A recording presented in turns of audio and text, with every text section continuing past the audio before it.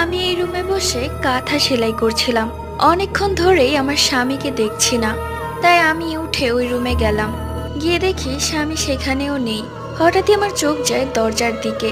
দেখলাম দরজাটা হালকা খোলা। ভাবলাম হয়তো ছাদে গিয়েছে, কেননা আমাদের ছাদটা এত বেশি সুন্দর যে মাঝে মাঝে আমি আর আমার স্বামী ছাদে গিয়ে বসে থাকি। তাই আমি এক পা দুপা করে ছাদের গেটের দিকে যেতেই দেখি ওই যে আমার স্বামীকে দেখা যাচ্ছে। সে সামনের দিকে মুখ করে ঝুঁকে কি যেন একটা খাচ্ছে। মনে হচ্ছে বড় কিছু একটা কামড়ে ছিঁড়ে ছিঁড়ে খাচ্ছে। দেখতে খুব অদ্ভুত লাগছিল। তবুও আমি তার সামনে গিয়ে তার কাঁধে হাত রাখতেই সে আমার দিকে ঘুরে তাকায়। এটা কে? এটা তো আমার স্বামী নয়, কিন্তু হুবহু আমার স্বামীর মতো দেখতে। তার চোখ দুটোতে কোনো মনই নেই এবং তার হাতে একটি ছোট্ট বাচ্চা। বাচ্চাটি অদ্ভুতভাবে হাসছে। এ বাচ্চাটিকে খাচ্ছে। কিছুক্ষণ পরে আমার স্বামী পেছন থেকে আমাকে ডাক দেয়।